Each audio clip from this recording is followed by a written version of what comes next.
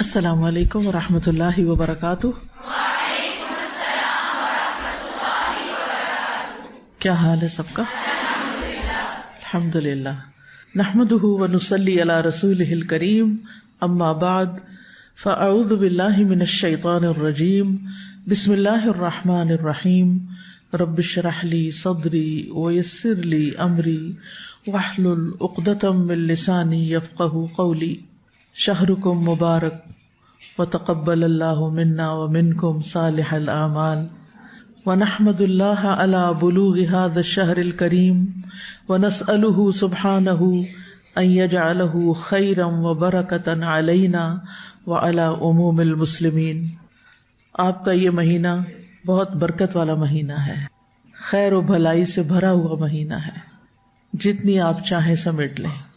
اللہ تعالی ہم سے اور آپ سے تمام نیک اعمال قبول فرمائے۔ ہم اللہ تعالیٰ کا شکر ادا کرتے ہیں اس افضل اور کرامت والے معزز مہینے کے آنے اور آ پہنچنے پر، اور ہم اللہ تعالیٰ سے دعا کرتے ہیں کہ اللہ تعالیٰ اس مہینے کو ہمارے لیے اور تمام مسلمانوں کے لیے بالعموم خیر و برکت والا بنا دے، ہر طرح کے شر سے محفوظ رکھے اور ہمیں زیادہ سے زیادہ عبادات کی توفیق عطا فرمائے۔ رمضان خیر و بھلائی کا موسم ہے، اور یہ ہم پر اللہ تعالیٰ کا ایک احسان ہے جس پر ہم اللہ تعالیٰ کے بے حد شکر گزار ہیں، کیونکہ اس مہینے میں انسان کو نیکیوں کا زیادہ موقع ملتا ہے، نیکیوں کی طرف رجحان زیادہ ہوتا ہے، گناہ معاف کر دیے جاتے ہیں، انسان کو زیادہ سے زیادہ خیر کے کام کرنے کی توفیق ہوتی ہے۔ کان رسول اللہ صلی اللہ علیہ وسلم اجود الناس وَكَانَ أَجْوَدُ مَا يَكُونُ فِي رَمَضَانَ حِينَ يَلْقَاهُ جِبْرِيلُ۔ رسول اللہ صلی اللہ علیہ وسلم سب لوگوں سے زیادہ سخی دل والے تھے، اور خصوصاً رمضان میں جب آپ کی ملاقات جبریل امین سے ہوتی، یعنی جب آپ ان کے ساتھ قرآن کا دور کرتے تو آپ بہت سخاوت کرتے تھے، اور یہ سخاوت صرف مال کی نہیں بلکہ ہر طرح کی سخاوت، یعنی ہر نیکی کے کام میں کثرت، جتنا آپ رمضان سے پہلے کر رہے تھے اس سے زیادہ۔ ہم میں سے ہر شخص اپنا حساب لے، اپنے آپ کو خود دیکھے، رمضان سے پہلے میں کتنا قرآن پڑھتی تھی، اب رمضان میں مجھے کیا کرنا ہے، رمضان سے پہلے میں کتنے اذکار کرتی تھی، اب رمضان میں کتنا کرنا ہے، رمضان سے پہلے میری نمازوں کی کیفیت کیا تھی، اب رمضان میں کیا ہونی چاہیے۔ یعنی جتنے بھی نیکی کے اعمال ہیں ان تمام اعمال میں ہمیں اپنا جائزہ لے کر رمضان میں ان کے اندر کثرت کر دینی چاہیے، یعنی ہمارا رمضان اور غیر رمضان ایک جیسا نہ ہو۔ قرآن مجید میں اللہ تعالیٰ 3 طرح کے لوگوں کا ذکر کرتے ہیں، ثم اورثنا الکتاب الذین اصطفینا من عبادنا فمنہم ظالم لنفسہ ومنہم مقتصد ومنہم سابق بالخیرات باذن اللہ۔ پھر ہم نے ان لوگوں کو اس کتاب کا وارث بنا دیا جنہیں ہم نے اپنے بندوں میں سے چن لیا، پھر کوئی تو ان میں سے اپنی جان پہ ظلم کرنے والا ہے، کوئی ان میں سے میانہ رو ہے، اور کوئی ان میں سے اللہ کے اذن سے نیکیوں میں سبقت کرنے والا ہے۔ تو لوگوں میں سے کچھ اپنی جانوں پہ ظلم کرتے ہیں، کچھ درمیانی چال چلتے ہیں، اور کچھ نیکیوں میں آگے جاتے ہیں۔ ہمیں دیکھنا ہے کہ ہم کہاں کھڑے ہیں، ان میں سے ہم کون ہیں۔ کچھ لوگوں پر رمضان بڑا بھاری ہوتا ہے کیونکہ انہیں اس مہینے میں کھانے پینے سے، مباح کاموں سے رکنا ہوتا ہے، اور وہ لوگ دن گن رہے ہوتے ہیں، اس انتظار میں ہوتے ہیں کہ یہ مہینہ بس جلد گزر جائے تاکہ واپس وہ اپنے معمول پہ آ جائیں اور پھر گناہوں کو ویسے ہی کر سکے جیسے پہلے کرتے رہے ہیں۔ تو ایسے لوگ اپنی جان پر ظلم کرتے ہیں، جو نہ رمضان کا صحیح معنوں میں استقبال کرتے ہیں، نہ رمضان میں عام دنوں سے زیادہ عبادت کرتے ہیں، اور پھر انہیں رمضان کا شوق بھی نہیں ہوتا۔ بعض تو روزے بھی نہیں رکھتے، بعض تراویح نہیں پڑھتے، بعض اپنے گناہ نہیں چھوڑتے۔ تو ایسے لوگ اپنے جان پہ ظلم کر رہے ہیں کہ جو اس نیکیوں کے موسم بہار میں نیکیوں سے غافل ہیں۔ یعنی آج کل بہار کا موسم ہے نا، اتفاق کی بات ہے 2 بہاریں اکٹھی ہو گئی، تو بہار کے موسم میں درختوں کے رنگ، پھولوں کے رنگ، ہوا، فضا، پرندے، ہر چیز کے اندر ایک نئی لہر آ جاتی ہے، ایک زندگی دوڑ جاتی ہے۔ تو اسی طرح رمضان بھی نیکیوں کا موسم بہار ہے، اس میں بھی ہمارے اندر ایک نئی ایمانی قوت کی لہر دوڑ جانی چاہیے ایک نیکیوں کے لیے دوڑنے اور بھاگنے کا ایک ذریعہ ہے یہ مہینہ. تو بدقسمت ہے وہ جو اس سے بھی فائدہ نہ اٹھائیں. کچھ لوگ درمیانی قسم کے ہوتے ہیں جو عادتاً روزہ رکھتے ہیں. وہ مہینے کے آنے پہ بس راضی ہیں اور اس کے آنے سے غمگین نہیں، اور عادتاً اس طرح کہ جیسے ان کے باپ دادا روزہ رکھتے تھے وہ بھی اسی طریقے پر ان کے گھروں میں بس نماز روزہ چل رہا ہوتا ہے. نہ اس مہینے کے آنے سے وہ بہت خوش ہوتے ہیں اور نہ ہی غمگین ہوتے ہیں. تو یہ لوگ مقتصد ہوتے ہیں. ایسے لوگ رمضان کو بس ایک رسم کے طور پر لیتے ہیں، جیسے سالانہ رسمیں ہوتی ہیں نا، ایسے ہی رسم ہوتی ہے. ان کی باقی زندگی بدستور اپنے ڈھرے پہ چلتی رہتی ہے. جیسے وہ رمضان سے پہلے ہوتے ہیں ویسے ہی وہ رمضان آنے پہ ہوتے ہیں. بس وہ روزہ رکھ لیتے ہیں، زیادہ تراویح پڑھ لیتے ہیں، لیکن باقی نیک کاموں کا انہیں کوئی شوق نہیں ہوتا. رمضان تو آ جاتا ہے لیکن وہ ان کی زندگیوں میں داخل نہیں ہوتا، وہ زندگی کا حصہ نہیں بنتا، وہ ان کے معمولات کا حصہ نہیں بنتا. روزہ رکھ کے نہ ان کے دل نرم پڑتے ہیں، نہ ان کے اندر عجز پیدا ہوتا ہے، اور نہ ہی جائز ناجائز کے درمیان تمیز کرنے کی کوئی حس بیدار ہوتی ہے. بس ان کے نزدیک روزہ کیا ہے؟ ایک خاص وقت سے لے کر ایک خاص وقت تک کھانا پینا چھوڑ دینا، اور وہ سمجھتے ہیں کہ بس اسی سے ہی ہمارا رب راضی ہو جائے گا کیونکہ ہم بھوکے رہے ہیں. تو یہ صرف ایک رسم بن گیا ہے ان کے ہاں. یعنی جیسے ایک رسم نہ کی تو دوسری کر لی، ایک رسم گزری تو دوسری، اور رمضان کی رسم گزرے گی تو شادیوں کی رسم شروع ہو جائے گی. پھر وہ بھرپور طریقے سے اس میں داخل ہو جائیں گے اور رمضان کہیں گم جائے گا. تیسری قسم کے لوگ نیکیوں کے شوقین ہوتے ہیں. سابقون بالخیرات باذن اللہ، اللہ کے اذن سے نیکیوں میں سبقت کرتے ہیں، آگے بڑھتے ہیں. تو ہم نے کیا کرنا ہے؟ عام دنوں کے مقابلے میں ان دنوں میں نیکیوں میں آگے بڑھنا ہے اور شوق کے ساتھ بڑھنا ہے. یہ وہ لوگ ہیں جو رمضان کے مہینے کے آنے سے پہلے انتظار کرتے ہیں، دن گنتے ہیں کتنے دن رہ گئے رمضان میں، کب آئے گا رمضان، آج چاند دکھائی دے گا یا کل دے گا، پتہ نہیں آج روزہ بنے گا یا کل بنے گا.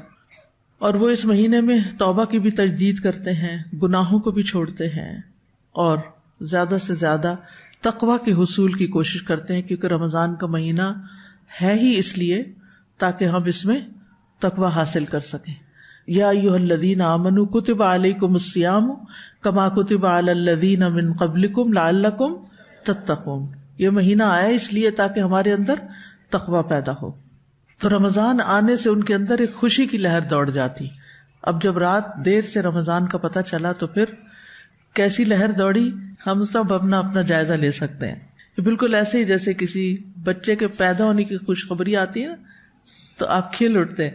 تو رمضان کا چاند پیدا ہو گیا، کہتے ہیں نا آج مون برتھ کا ڈے ہے. تو وہ یا اچانک کسی کو کوئی گفٹ ملے، کوئی مال ملے، کوئی خوشخبری ملے، تو ان کو یہ ہوتا ہے کہ چونکہ اس میں نیکیوں کا ثواب کئی گنا زیادہ ہوگا تو وہ خوش ہو جاتے ہیں.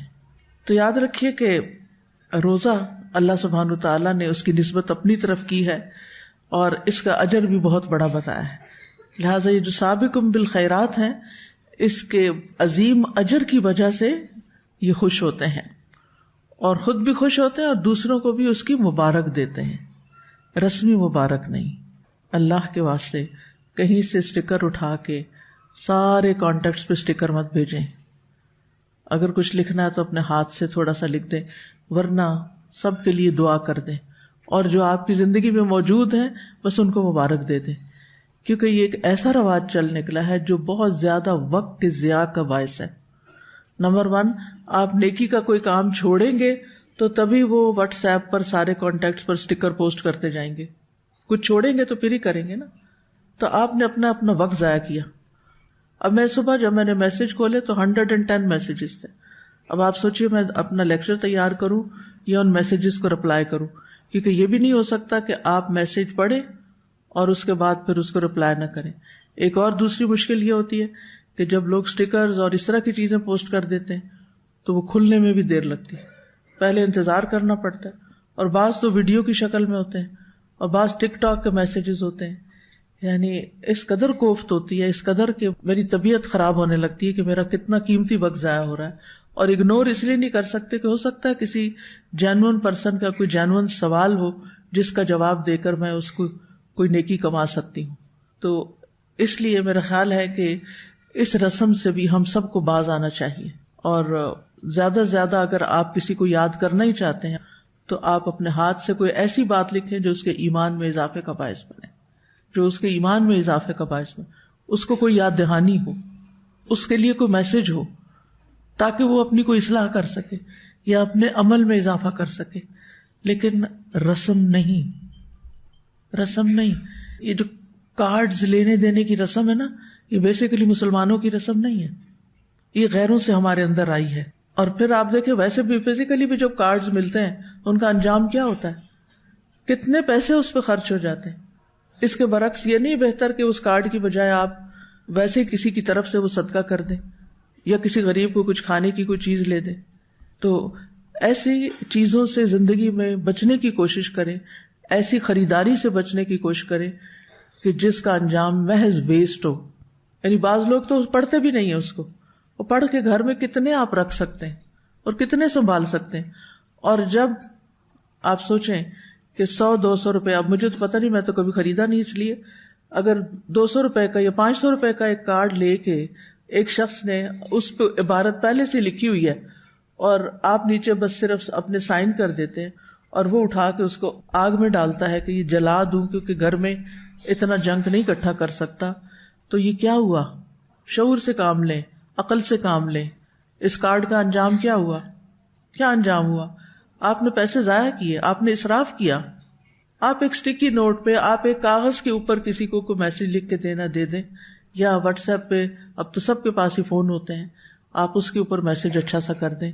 لیکن بیکار میں نہ اپنا وقت ضائع کریں نہ دوسرے کا.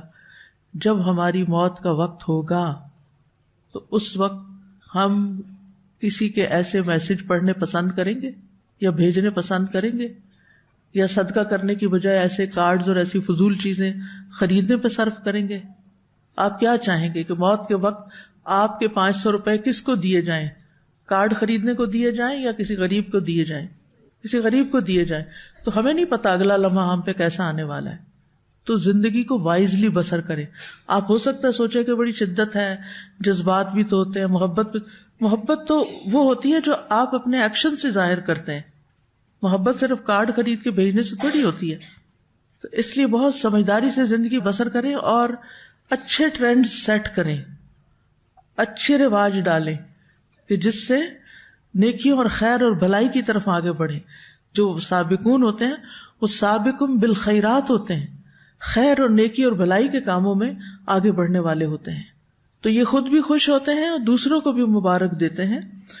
امام ابن رجب کہتے ہیں وہ کیسے خوش نہ ہوں جبکہ اس مہینے میں جنت کے دروازے کھول دیے جاتے ہیں اور جہنم کے دروازے بند کر دیے جاتے ہیں اور سرکش شیطان جکڑ دیے جاتے ہیں.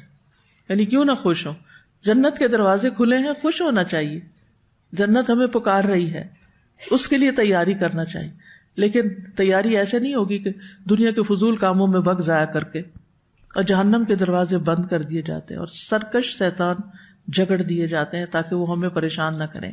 تو ہر عقل مند انسان ان خوشخبریوں کی وجہ سے اس مہینے کے آنے پہ خوش ہوتا ہے. ایسا ماحول بن جاتا ہے کہ انسان اللہ کی طرف پلٹنا آسان سمجھتا ہے. اور پھر یہ ہے کہ ہر رات اللہ تعالیٰ لوگوں کو جہنم سے آزاد کرتے ہیں. تو ہر رات دعا کرنی چاہیے کہ اللہ میری جان کو آپ جہنم سے آزاد کر دیں، مجھے جہنم سے بچا لیں. اور یہ ہر رات ہوتا ہے.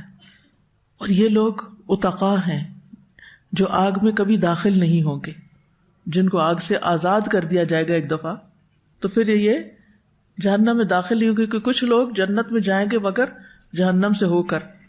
تو ہمیں اس مہینے میں زیادہ سے زیادہ وقت توجہ کے ساتھ اپنی عبادت کی طرف گزارنا چاہیے. روزہ پچھلی شریعتوں میں بھی رہا ہے اور اللہ سبحانہ وتعالیٰ نے قرآن مجید میں اس کا ذکر کیا ہے. اور پھر یہ ہے کہ صفات مختلف رہی ہیں. حج بھی مختلف شریعتوں میں رہا ہے. ابراہیم علیہ السلام سے کہا گیا تھا وَأَذِّن فِي النَّاسِ بِالْحَجِّ. اور پھر یہ ہے کہ زکوٰۃ بھی مختلف شریعتوں میں رہی ہے. عیسیٰ علیہ السلام نے کہا تھا کہ وَأَوْصَانِي بِالصَّلَاةِ وَالزَّكَاةِ مَا دُمْتُ حَيًّا. تو بہرحال اللہ سبحانہ وتعالیٰ چاہتا ہے کہ ہم زیادہ زیادہ اس کے قریب آ جائیں، اور اس کے لیے اس نے یہ رمضان کا مہینہ رکھا ہے. اگر کوئی بندہ شکر گزار ہے تو اللہ تعالیٰ اس کو عذاب نہیں دینا چاہتا، ما یفعل اللہ بعذابکم ان شکرتم وآمنتم وکان اللہ شاکرا علیما. اگر ہم نیک کام کرتے رہیں گے تو انشاءاللہ اللہ تعالیٰ کے غضب سے بچ جائیں گے. اور اس کے لیے ضروری ہے کہ ایک طرف نیکیاں کریں اور دوسری طرف اہم ترین چیز جو تقوی والی ہے. تقوی کا مطلب ہوتا ہے بچنا. کس چیز سے بچنا ہے؟ زبان کے غلط استعمال سے، رویے میں غلط چیزوں سے.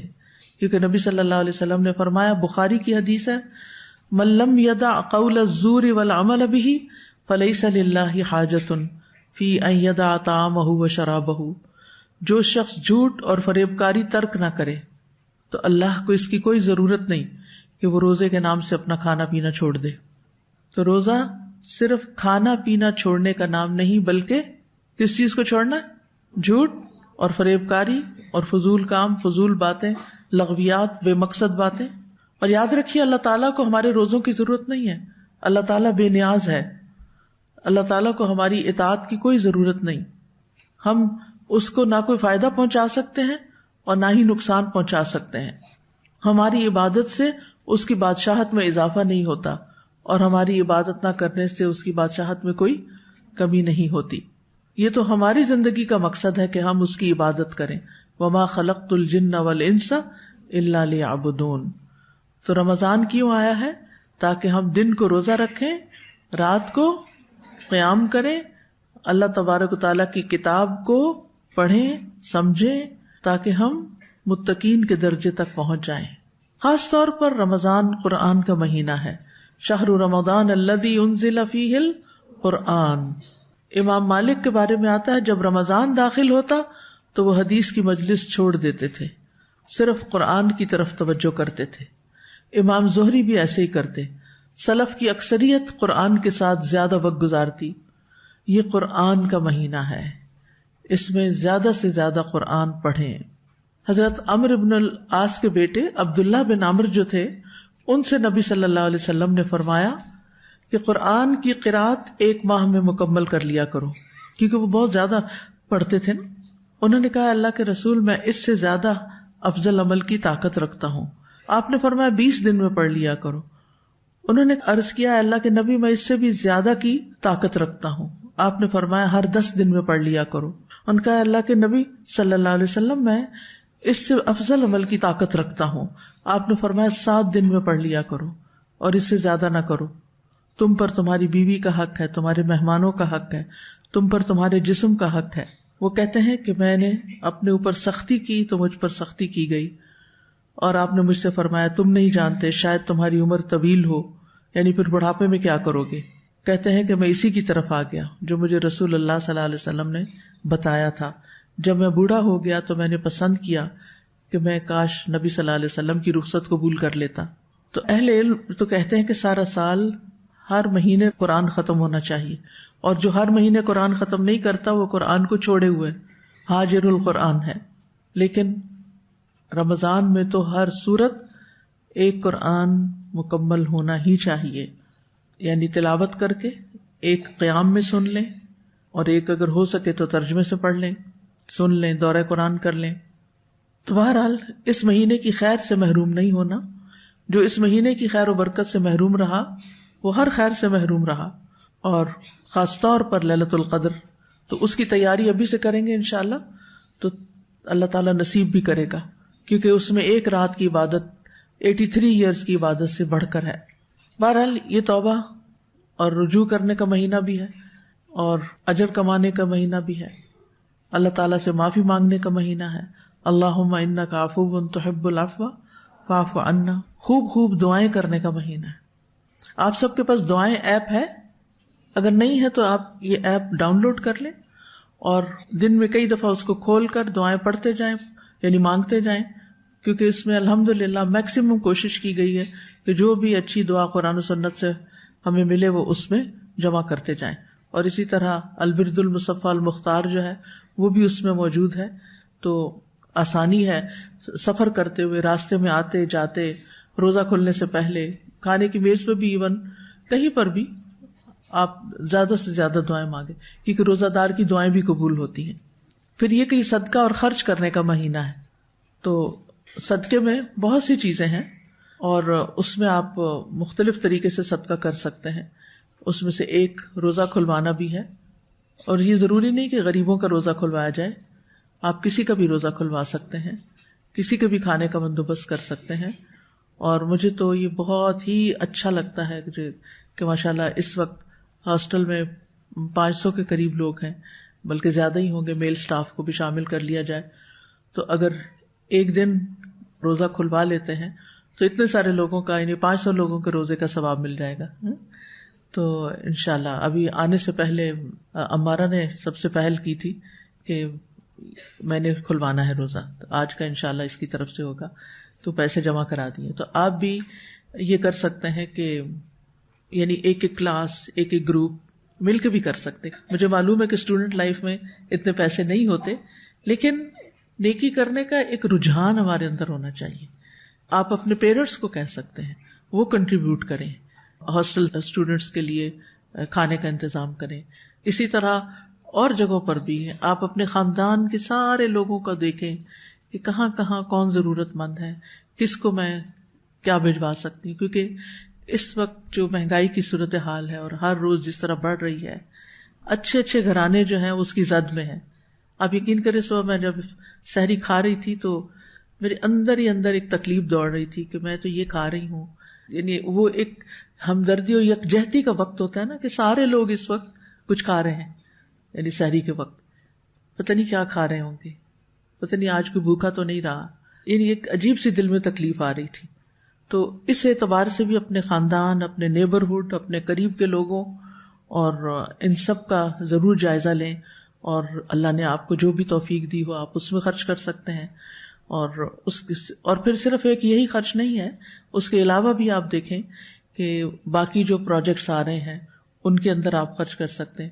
اس وقت بلڈنگ کی جیسے چلر کہ ابھی تک ٹارگٹ پورا نہیں ہوا ہمارا, چلر میں یہ جو گرمیاں آ رہی ہیں آگے, اور کہہ رہے ہیں کہ رمضان کے اندر ہی گرمی کی لہر آنے والی ہے, تو اس کے اندر آپ ڈونیٹ کر سکتے ہیں. پھر الحمدللہ AIS کی نئی بلڈنگ کا افتتاح ہو چکا ہے ٹاپ سٹی میں. اس کے اندر چاہے آپ ایک اینٹ کے پیسے ڈالیں, یعنی اس بلڈنگ میں جو ساتھ والی ہے اس میں بہت ساری بچیاں جو تھیں انہوں نے اپنے اپنے حصے ڈالے تھے, تو وہ جب تک اسکول کھڑا رہے گا, جتنے بچے آتے جاتے رہیں گے, انشاءاللہ تعالی آپ کے لیے صدقہ جاریہ ہوگا. پرسوں میں اپنی بہن کی طرف گئی تھی, اس کی ٹوئنز ہیں چھوٹی چھوٹی, تو وہ مونٹیسری میں ہے. کہتی باجی یہ واپس آتی ہیں سارا دن جو باتیں کرتی ہیں اللہ اللہ کی باتیں کر رہی ہوتی. مجھے اتنی خوشی ہوئی کہ کہتی ہے کہ گاڑی پہ بیٹھی تو کہتی ہے اللہ اکبر استغفر اللہ, اور بالکل چھوٹی چھوٹی. یہ کہاں سے سیکھی؟ اسکول سے سیکھی یہ باتیں. تو ظاہر ہے کہ جنہوں نے اسکول بنانے کا اور چلانے کا اور پڑھانے کا انتظام کیا, چاہے کسی بھی جگہ کیسے بھی کوئی بھی کنٹریبیوشن ہے وہ ایک اجر و ثواب کا باعث ہے. تو ان کاموں میں ہمیں پیچھے نہیں رہنا چاہیے. اسی طرح کچھ اور چیزیں بھی آپ کے سامنے آ سکتی.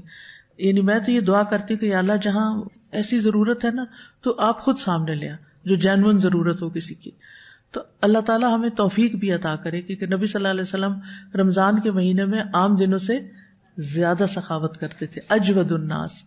اور پھر جب انسان رمضان کی برکت ہوتی ہے, روزے کی حالت میں ہوتا ہے, قرآن پڑھا ہوا ہوتا ہے اور صدقے کی طرف رجحان ہوتا ہے, تو انسان زیادہ سے زیادہ پھر خیر کے کاموں میں حصہ ڈالتا ہے. تو کچھ لوگوں کو میں نے دیکھا ہے کہ وہ مختلف کیٹیگریز بنا لیتے ہیں جو بھی ان کے پاس ہوتا ہے, اور پھر ہر کیٹیگری میں کچھ نہ کچھ ڈالتے جاتے ہیں.